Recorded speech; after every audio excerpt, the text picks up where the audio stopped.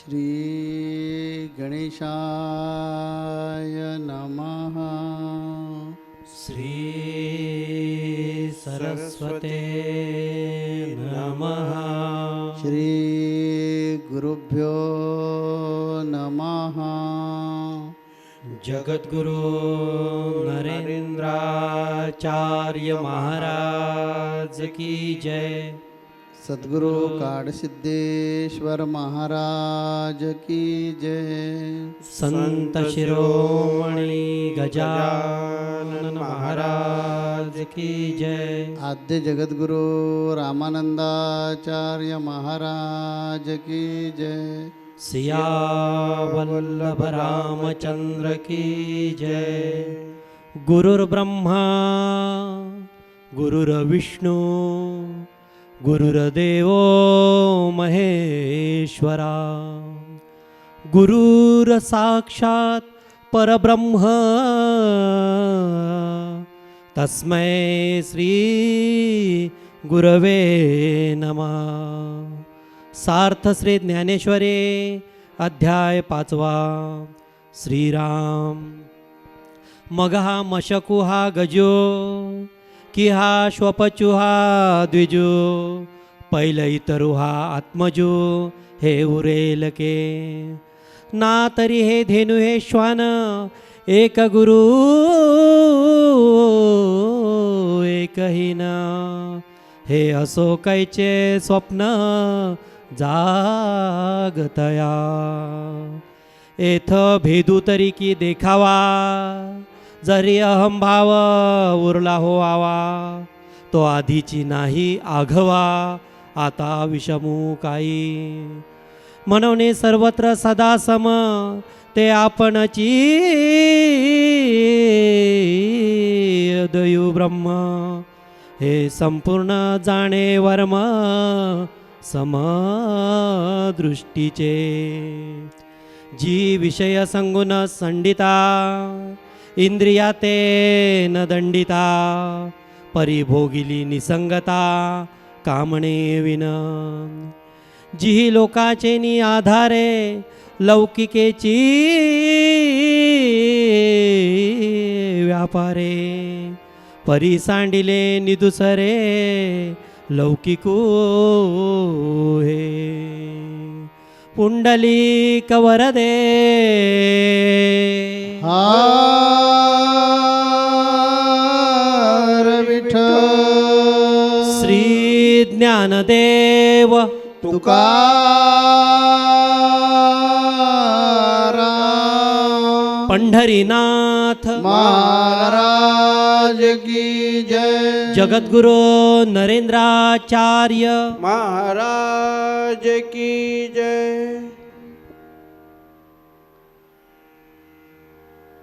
Hello. परम श्रद्धेय परम वंदनीय जगत गुरु श्री स्वामी नरेंद्राचार्य जी महाराज के पावन चरण कमलों को वंदन करते हुए पीठ के उत्तराधिकारी श्री कानिफानाथ महाराज को प्रणाम करते हुए सत्संग में उपस्थित सभी गुरु भक्तों को मेरा सांप्रदायिक श्री गुरुदेव। भाविकों, जैसा कि आप जानते हैं कि साप्ताहिक सत्संग की श्रृंखला में हम पावन ग्रंथ श्री ज्ञानेश्वरी का चिंतन कर रहे हैं। ये ज्ञानेश्वरी एक अमृत का कलश है जैसे। क्यों? क्योंकि इतनी सारी दिव्य विभूतियाँ इसके साथ जुड़ी हुई हैं। तो जब हम इसका चिंतन करते हैं तो एक साथ कितनी सारी विभूतियों का स्मरण होता है। देखिए कितने भाग्यशाली हैं हम। भगवान श्री कृष्ण की वाणी और उसे शब्दों में पिरोकर लिखने वाले भी ऐसे ही भगवत स्वरूप भगवान श्री वेद व्यास जी, और उसी का भावार्थ करके सरल करके हमें समझ में आए ऐसे भावार्थ करके हमें देने वाले पावन ज्ञानेश्वरी के रूप में हमें देने वाले ऐसे ही भगवत स्वरूप संत श्री ज्ञानेश्वर महाराज। और आज जिनके नेतृत्व में हम इसका अध्ययन कर रहे हैं वो भी ऐसे ही ईश्वरीय संत स्वामी श्री नरेंद्राचार्य जी महाराज। ये हमारा अद्भुत संयोग बना है। ये हम बहुत ही भाग्यशाली हैं जो हमको इस तरह का संयोग मिला है कि ऐसा ग्रंथ, अमृत ग्रंथ, इसका हम रसपान कर रहे हैं अपने स्वामी जी के नेतृत्व में। भाविकों देखिए, जन्मों जन्म से युगों युगों से मनुष्य केवल दो ही समस्याओं के कारण दुखी हुआ है, दो ही प्रॉब्लम्स रही हैं, और यहाँ अर्जुन की भी समस्या इन्हीं दो कारणों में से है, इससे अलग कुछ भी नहीं है। एक पहली है ममता और दूसरी अहंता। ममता अर्थात ये सब मेरा है, ये मेरे संबंधी हैं, और अहंता अर्थात ये मैं कर रहा हूँ, इनको मारने वाला मैं हूँ। अर्जुन की भी यही समस्या है, उसको ये लगता है कि ये सब मेरे संबंधी हैं और इनको मारने वाला मैं हूँ। यही दो रोग हम सबको हैं, यही अर्जुन को भी है, ममता और अहंता का। हमारे इस रोग का निवारण हमारे स्वामी जी करते हैं, ऐसे ही अर्जुन के इस रोग का निवारण भगवान श्री कृष्ण कर रहे हैं।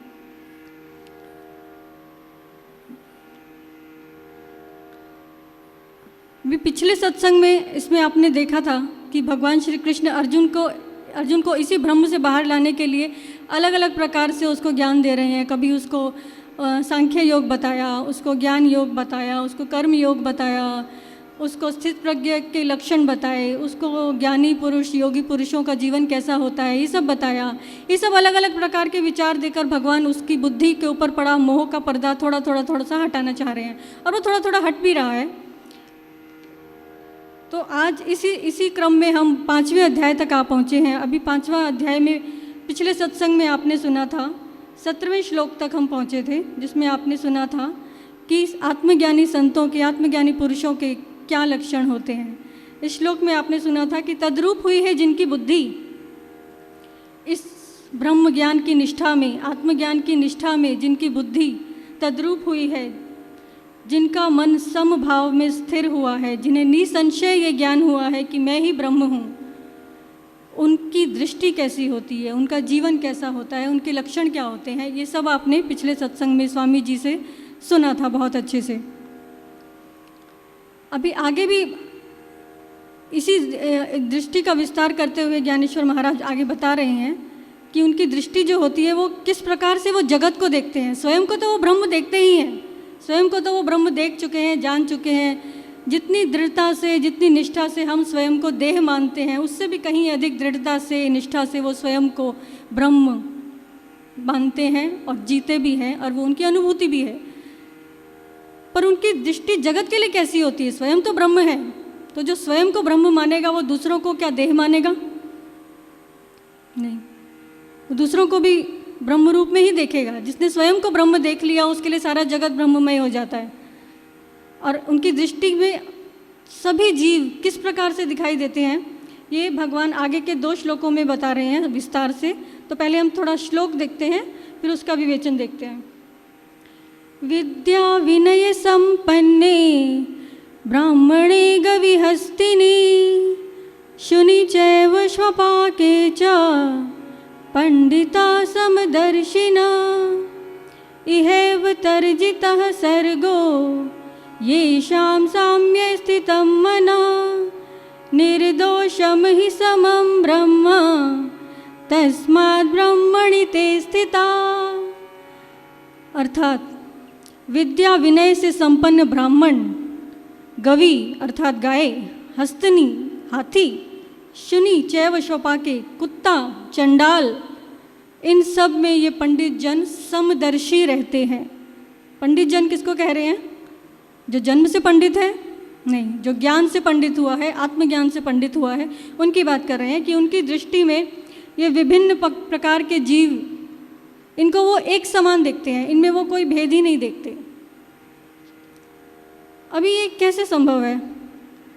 हम तो कभी भी इनमें समानता देख ही नहीं सकते, ये लोग कैसे देख पाते हैं? इनकी दृष्टि कहाँ होती है ऐसी जहाँ हमारी नहीं होती है? क्या समानता है इनमें? गाय, हाथी, कुत्ता, उपयोगिता की दृष्टि से भी हम देखें तो गाय तो बड़े काम की है, दूध देती है, कुत्ता किसी काम का नहीं है। तो हम तो कभी इनको समान नहीं देख सकते, देह के रूप से भी समान नहीं है, स्वभाव, बुद्धि बिल्कुल सब एकदम विरोधी स्वभाव के हैं। और ब्राह्मण और चंडाल, सत्वगुणी ब्राह्मण का एग्जाम्पल लो तो आप चाहे स्वयं को रख लो, आप बहुत सत्वगुणी हो, सत्संग में आते हो, ज्ञानेश्वरी पढ़ते हो। और चंडाल का एग्जाम्पल में चाहे आप किसी कसाब जैसे आतंकवादी को रख लो, उन दोनों में कोई समदर्शी हो सकता है?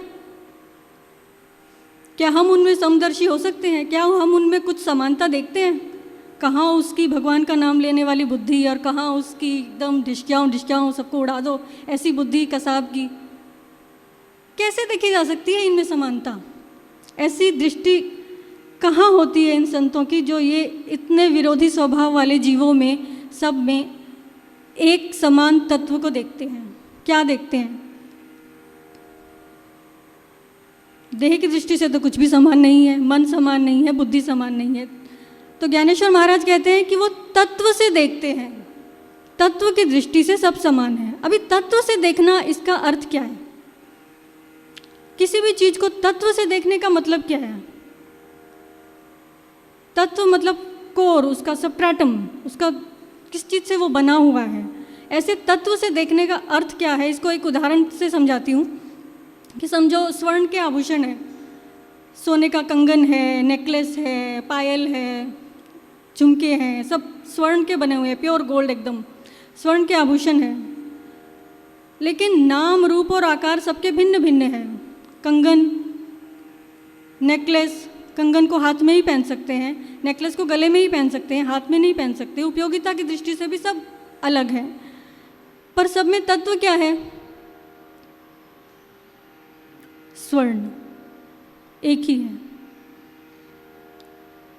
कंगन ये कहेगा कि मैं कंगन हूं, स्वर्ण नहीं हूं, तो क्या ये सत्य होगा?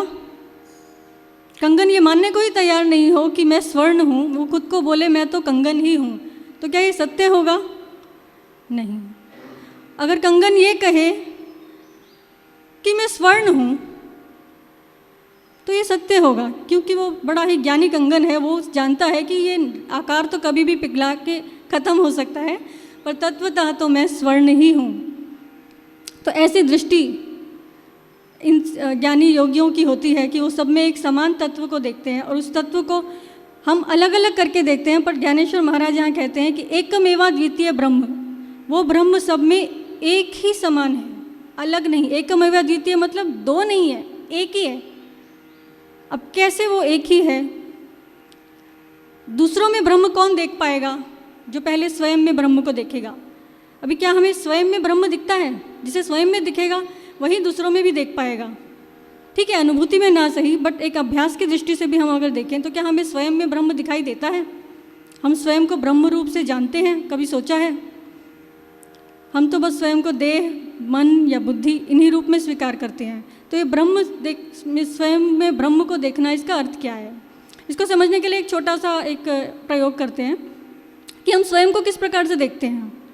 किसी भी चीज़ का दर्शन हम कैसे करते हैं? जैसे समझिए मैं कहूँ ये क्या है? पेन है। किसका है? मेरा है। पेन मेरा है, पर मैं पेन नहीं हूँ। ये क्या है? पुस्तक है। पुस्तक मेरी है, पर मैं पुस्तक नहीं हूँ।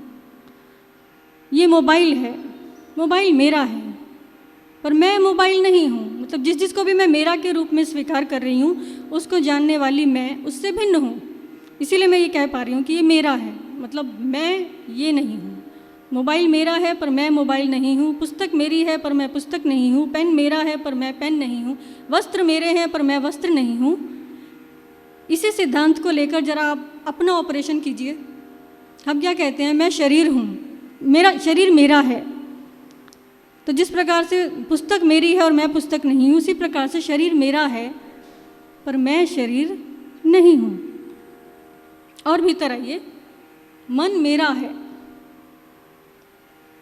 पर मैं मन नहीं हूँ, क्योंकि जो कुछ भी मेरा है मैं वो नहीं हूँ। बुद्धि मेरी है, सात्विक है कि तामसिक है, अच्छी है कि बुरी है, इंटेलिजेंट है कि मूर्ख है, बुद्धि मेरी है, पर मैं बुद्धि नहीं हूँ। विचार मेरे हैं, सात्विक विचार या तामसिक विचार जैसे भी हैं, अच्छे बुरे विचार या बुरे विचार, विचार मेरे हैं, पर मैं विचार नहीं हूँ। क्योंकि वो मेरे हैं तो मैं नहीं हूँ। कर्म मेरे हैं, अच्छे कर्म या बुरे कर्म, कसाब वाले कर्म या भगवान को नाम लेने वाले कर्म, कर्म मेरे हैं, पर मैं कर्म नहीं हूँ। तो शरीर मेरा पर मैं शरीर नहीं, मन मेरा पर मैं मन नहीं, बुद्धि मेरी पर मैं बुद्धि नहीं, तो फिर मैं हूँ कौन और मैं हूँ क्या? इस पे अगर आप थोड़ा विचार करेंगे तो इस मैं को जब आप ढूंढने निकलेंगे तो इस शरीर को चाहे जितना भी काट छाट के देख लो, ये मैं तो कहीं ढूंढने से भी नहीं मिलेगी। और हम किसी को भी उठा के उसका इंट्रोडक्शन पूछें तो वो क्या बताएगा अपना इंट्रोडक्शन? कोई कहे मैं रमेश, मैं गणेश, मैं महेश, सब ने अपने अपने नाम बता के और ज़्यादा क्या इंट्रोडक्शन देगा? मैं डॉक्टर, मैं इंजीनियर। नाम अलग अलग हैं, काम अलग अलग हैं। इन सभी चीज़ों में कॉमन फैक्टर क्या था? मैं सब में कॉमन था। तो ये मैं तत्व जो है ये सब में कॉमन है, लेकिन हम इस मैं को शरीर, मन और बुद्धि के सिवा कभी इसको ना देखना चाहते हैं, ना देखना मानते हैं। पर क्या हम ये मना कर सकते हैं कि नहीं भाई हम तो शरीर, मन, बुद्धि ही हैं? क्या हम ये कह सकते हैं? क्या हमें ऐसी कोई अनुभूति है कि शरीर नहीं है फिर भी मैं हूँ, मन नहीं है फिर भी मैं हूँ, बुद्धि नहीं है फिर भी मैं हूँ? ऐसी कोई अनुभूति हमने की है? आप कहेंगे ऐसी अनुभूति तो संतों के पास ही होती है, इसलिए वही बस ये जान सकते हैं। हमें तो ऐसी कोई अनुभूति नहीं है, इसलिए हम नहीं मान सकते। क्या आप ऐसा कह सकते हैं?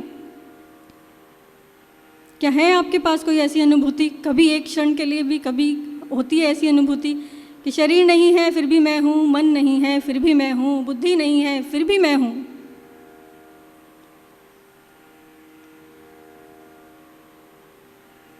इस अनुभूति में ये संत निरंतर रहते हैं, पर इस अनुभूति का एक सैंपल, एक ट्रेलर भगवान हमें देते हैं हर रोज़। एक दिन भी हम इस अनुभूति के बिना जी नहीं सकते। सोच के देखिए ना, गहरी नींद में आपको शरीर का भान होता है कि शरीर कहाँ पड़ा है, कैसे पड़ा है, ठीक से सो रहा है कि नहीं, ठीक से टेढ़ा है कि किस एंगल में सो रहा है, मेकअप लगा है कि नहीं, अच्छा दिख रहा है कि नहीं सोते हुए। गहरी नींद में हमें शरीर का भान होता है? नहीं। बुद्धि का भान होता है कि मैं कितना इंटेलिजेंट सो रहा हूँ, मेरी बुद्धि में कितना ज्ञान है, कितना डॉक्टर इंजीनियर टाइप मेरी बुद्धि है, इतना ज्ञान लेके मैं सो रहा हूँ तो मैं बड़ा बुद्धिमान सो रहा हूँ, वो मूर्ख सो रहा है। ऐसा कोई बुद्धि का भी कोई भान गहरी नींद में होता है? नहीं। मन का कोई भान होता है? थोड़ी देर तक जब तक स्वप्न का जगत चलता है मन थोड़ा उछल कूद करता है, बट जब मन भी गहरी निद्रा में विलीन हो जाता है तब कोई विचार चलते हैं? नहीं। तो गहरी नींद में क्या है अनुभूति? शरीर नहीं है फिर भी मैं हूँ, मन नहीं है फिर भी मैं हूँ, बुद्धि नहीं है फिर भी मैं हूँ। इसीलिए तो सुबह जब हम उठते हैं कई बार तो हम कहते हैं कल रात बड़ी अच्छी नींद आई। अभी अच्छी नींद आई ये जानने के लिए गहरी नींद में कौन था? शरीर नहीं था, मन नहीं था, बुद्धि नहीं थी, तो ये किसने जाना कि बहुत अच्छी नींद आई? कौन जान रहा था इसको गहरी नींद में? वही तत्व, वही एक तत्व, वही ब्रह्म तत्व। उसको ब्रह्म कह लो, राम कह लो, उसी को राम। हम राम कहेंगे तो हमें लगता है दूर कोई भगवान बैठे हैं उनकी बात कर रहे हैं, लेकिन मैं तत्व से उसको समझेंगे तो समझ में आएगा हाँ ये तो अपनी बात हो रही है। इसीलिए इसको मैं के रूप में जब आप स्वीकार करेंगे और समझेंगे, अभी ये मैं तत्व जो है इसका स्वरूप कैसा है? हर परिस्थिति, शरीर के परिवर्तनों को कौन जानता है? मैं जानता हूँ। मन के विचारों को कौन जानता है? मैं जानता हूँ। बुद्धि के निर्णयों को कौन जानता है? मैं जानता हूँ। तो कैसा है ये इस तत्व का स्वरूप कि ये सब कुछ जानता है और कुछ नहीं करता, साक्षी रूप से बस सब कुछ जानता है। शरीर अच्छे से सो रहा है, अच्छी नींद आ रही है, इसको भी साक्षी रूप से जिसने जाना उसी ने नींद में से जागने के बाद ये बोला कि नींद बहुत अच्छी आई। तो ऐसा जो ये मैं तत्व है, क्या हम ये कह सकते हैं कि ये तत्व मुझ में अलग है, उसमें अलग है, उसमें अलग है और उसमें अलग है, कसाब में अलग है? कह सकते हैं? शरीर के लेवल पे हम भिन्नताएं देख सकते हैं कि मेरा शरीर ऐसा, उसका वैसा। मन के लेवल पे तो देखते ही हैं, मेरा सात्विक मन, उसका तामसिक मन, बुद्धि मेरी इतनी इंटेलिजेंट, उसकी मूर्ख। पर क्या इस मैं तत्व के एंगल से हम कोई भी भिन्नता एक दूसरे में देख सकते हैं? अभी यहाँ कसाब भी अगर आ जाए, और कसाब के कर्म सबको पता है कैसे हैं, लेकिन वो भी ये बोलेगा मैं कसाब, तो क्या उसका मैं बोलने वाला मैं तत्व और हमारा मैं बोलने वाला मैं तत्व क्या ये भिन्न है? अलग अलग देह की उपाधि से वो एक ही ब्रह्म प्रकट हो रहा है।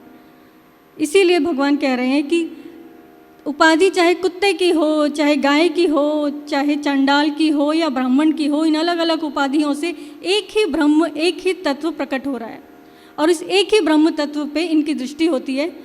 इसीलिए ये समदर्शी, सब जब कोई भी सामने से आता है तो उसको वो पहले देह नहीं देखते। हमारे सामने कोई आता है तो हम उसको देह रूप से देखते हैं कि ये कैसा है, ये बड़ा है, छोटा है, काला है, गोरा है, बुद्धिमान है, ये कैसा बेवकूफ़ है। हम मन, बुद्धि, शरीर इन्हीं चीज़ों को देखते हैं, इसीलिए भेद देखते हैं। लेकिन जब स्वामी जी या ऐसे संतों के सामने कोई लोग आते हैं तो वो उनको भी ये भेद दिखाई देते हैं कि शरीर ऐसा है, ये है, वो है, पर उनका ध्यान कहाँ होता है? ब्रह्म है, जैसा मैं हूँ वैसा ही वो है। तो इनका क्या ऐसा, इनकी बुद्धि में क्या आता है कि मैं ही आ रहा हूँ। यही कारण है कि स्वामी जी में इतनी करुणा हम देख पाते हैं, क्योंकि वो सब में मैं को ही देखते हैं। कभी कभी समस्या मार्गदर्शन के प्रोग्राम्स वगैरह में हम देखते हैं कि कितने लोग, इतनी भीड़, इतने सारे लोगों की समस्याएं, उनके इतने प्रश्न। हम लोग अपने बच्चे के प्रश्न भी थोड़ी देर तक सुने तो इरिटेट होकर उसको बोल देते हैं बस कर, तू खुद ही सॉल्यूशन जाके ढूंढ ले। और हमें लगता है, अब मैं कई बार साइड में खड़े होकर देखती थी और सोचती थी, स्वामी जी आप इतनी करुणा लाते कहाँ से हो कि आप सबको इतने आत्मीयता से, इतने प्रेम से, इतनी करुणा से आप सबकी सुनते हो, सबके कष्ट को दूर करने का प्रयास करते हो। ये ऐसी करुणा आपको मिलती कहाँ से है? इसका स्टॉक रखा कहाँ पे है? हमें क्यों नहीं मिलता? तो उत्तर यही आता है कि बेटा तुम लोग देह को देखते हो और मैं सब में मैं को ही देखता हूँ। तो जिस प्रकार से हम अपने कष्ट का निवारण करने के लिए तुरंत प्रयास करते हैं, इसी प्रकार से यही मैं उसमें भी है। तो इसीलिए स्वामी जी दूसरे की समस्या का निवारण तुरंत करने का प्रयास करते हैं। ये ऐसी दृष्टि ऐसे सत्पुरुष के पास रहते हैं। इस कारण तो हम बोलते हैं ना कि आप कहाँ भी हो, मुझे मन में बोलो कि स्वामी जी मुझे फलाने टाइम पे उठाइए। और हम उठाते या नहीं उठाते इसका अनुभव करके ले लो। तो सब आप लोगों को आश्चर्य लगता है कि ये कैसे शक्य है, कैसे संभव है। हम अमेरिका में हैं, स्वामी जी इंडिया में है, वहाँ हम बोले हैं और स्वामी जी नानी धाम में है, तो नानी धाम से आकर कैसे उठाएंगे? तो ऐसे हम उठाते हैं कि हम शरीर में नहीं है। आपके शरीर में जो चैतन्य है ये मेरा रूप है। इस कारण मुझे अशक्य नहीं है। आपको अशक्य लगता है क्योंकि आप, अभी राखी जी बोले वैसे, आप शरीर को ढूंढते, आप शरीर को देखते। अभी जो उन्होंने एक अभंग बोला उसमें नामदेव महाराज जी के बारे में बोले कि नामदेव महाराज जी के थाली में एक रोटी थी। नामदेव महाराज रोटी खा रहे थे और उनकी बीबी और भी रोटियां बना रही थी। तो बाहर से कुत्ता आ गया और उन्होंने नामदेव महाराज जी के थाली में जो रोटी थी वो उठाई और लेकर भागने लगा तो दोनों ही लोग उठ गए। नामदेव महाराज भी उठे और नामदेव महाराज जी की पत्नी भी उठी। उन्होंने अपने हाथों में लाठी ली और नामदेव महाराज ने कटोरी ली। कटोर में घी था। वो घी लेकर नामदेव महाराज उनके पीछे लगने लगे, अरे रुकिए रुकिए, अरे सूखी रोटी नहीं खाना चाहिए, रुकिए हम घी लगा कर देते। और नामदेव महाराज जी की जो बीबी थी उन्होंने उनको गालियाँ देने के लिए शुरुआत की और बोले रुकिए रुकिए, आपका हड्डी का रीढ़ ही तोड़ते हैं। ऐसे क्यों? दो व्यक्ति एक कुत्ते के पीछे लगते हैं, एक डांटने के लिए, मारने के लिए भागती है और एक उनको रोटी को मक्खन लगाकर या घी लगाकर देने के लिए तरस रहे हैं। ऐसे क्यों? क्योंकि दोनों के दृष्टि में ये फर्क है, एक को कुत्ता दिख रहा है और दूसरे को चैतन्य दिख रहा है। नामदेव महाराज जी को मालूम है कि कण कण में भगवान है। वो ही हमने अभंग में बताया है, अणु रेणु देव आहे नरेंद्र मणि शोधुन पाहे, कि पूरे चराचर में मैं चैतन्य रूप में है। मुझे नाम नहीं है, इस कारण तो हम बोलते हैं मुझे ओम नरेंद्र नाथा नाम से पुकारिए। गणिगण गणाता बोते मंत्र से बोलिए, स्वामी नरेंद्र महाराज बोलिए, ओम बोलो, केशव बोलो, मुकुंद बोलो, हरि बोलो, हर बोलो, क्या बोलने का वो बोलो। और देखिए हम उधर रहते या नहीं रहते। इसका अर्थ क्या है? जो आत्मज्ञानी है वो आत्मज्ञानी ने पहले ही देह छोड़ दी है। जैसे एक अपने पिछले सत्संग में कहानी सुनी थी कि एक साधु ने हमारे जो रवि मुड़े है उन्होंने वो दृष्टांत बताया था। एक साधु ने अपने चेले को बोले कि ये जो औरत है उनको ज़रूरत है आपकी सहायता की, इसी कारण उनको पल तीर पर जाकर छोड़कर आइए, उनको सहायता करो। चेले ने छोड़कर आ गए, लेकिन वो गुस्से में था, 2-3 महीने गुस्से में था कि मुझे वो औरत को उठाने के लिए क्यों बोले। तो महाराज बोले हम कभी भूल गए, मुझे मालूम भी नहीं वो औरत कौन है और आपने क्या किया है ये मुझे मालूम भी नहीं है। मुझे इतना ही मालूम था कि उनको मदद की ज़रूरत थी, इसी कारण वो आपके पास आई थी, आपका काम है उनको सहायता करना, सहायता करो, ऐसे हमने बोला, इतना ठीक है। लेकिन वो कहाँ की थी, कहाँ गई, क्या कर रही है। वैसे आत्मज्ञानी जो व्यक्ति है उनकी दृष्टि रहती है, वैसे वो विरक्त रहते हैं। उनके दृष्टि में कुत्ता, भैंस, गधा, तोता ये समान रहते हैं। इस कारण तो ज्ञानेश्वर महाराज जी को शुद्धि पत्र, या आलंदी में शुद्धि पत्र लेने के लिए जब ज्ञानेश्वर महाराज जी गए, तब वहाँ के जो पंडित लोग थे वो बोले कि आप सन्यासी के बच्चे हैं। वो लोग बोले कि हमने वेद पढ़े। अरे वेद पढ़े इसका अर्थ आपको वेद आएगा ऐसा नहीं, अरे आपको वेद आता है तो ये जो रेडा है यानी भैंस का जो नर होता है भैंसा, तो जो भैंसा है ये भैंसे को वेद आएगा क्या? क्योंकि उनका भी नाम ज्ञाना है, आपका नाम ज्ञाना है तो उनका भी नाम हम ज्ञाना रखेंगे, तो ये भैंसे को वेद आएंगे क्या? ज्ञानेश्वर महाराज बोले क्यों नहीं आएंगे, उनको भी आ सकते। और ज्ञानेश्वर महाराज जी ने ये सत्य करवा के दिखाया। जैसे हम बोलते हैं कि मैं चराचर में हूँ, इसी कारण हम बोलते हैं कोई सांप आपके सामने दिख रहा है तो उनको मन में बोलो रुकिए, वो रुकता है नहीं रुकता है, देखिए अनुभव लेके, क्योंकि वो सांप में जो चैतन्य है वो ही चैतन्य मेरे में। हम चैतन्य के रूप से सब जगह पे हैं। आप हमारा शरीर ढूंढते हैं, किसी की भी कोई भी व्यक्ति जब पास आती है तो उसके बारे में कभी दुश्मनी नहीं रहती। बहुत से लोग कोई गालियाँ देते हैं, कोई नाम रखते हैं, बुरा बुरा कुछ कठिन शब्द बोलते हैं, लेकिन जब आप हमारे पास आ जाएंगे तो हम कभी भी नहीं पूछेंगे कि परसों आप गालियाँ मुझे दे रहे थे और अभी आज आप इधर आ गए। गालियाँ किसने दी? उनके शरीर को। किसको दी? ये शरीर को। ये शरीर और हम अलग अलग हैं। ऐसी समदृष्टि है अर्जुन, ऐसे लोगों में रहती है। वैसी समदृष्टि आप में आप लाने का प्रयास करो। ऐसे अर्जुन को अभी भगवान कृष्ण बोध कर रहे हैं। अभी इसके भी आगे भगवान कृष्ण उनको और मार्गदर्शन करेंगे। ये सुनने के लिए अगले सत्संग की राह देखनी पड़ेगी। तो अभी हम रुकते और आप वापिस अगले सत्संग में जरूर आइए। जगत गुरु नरेंद्राचार्य महाराज की जय।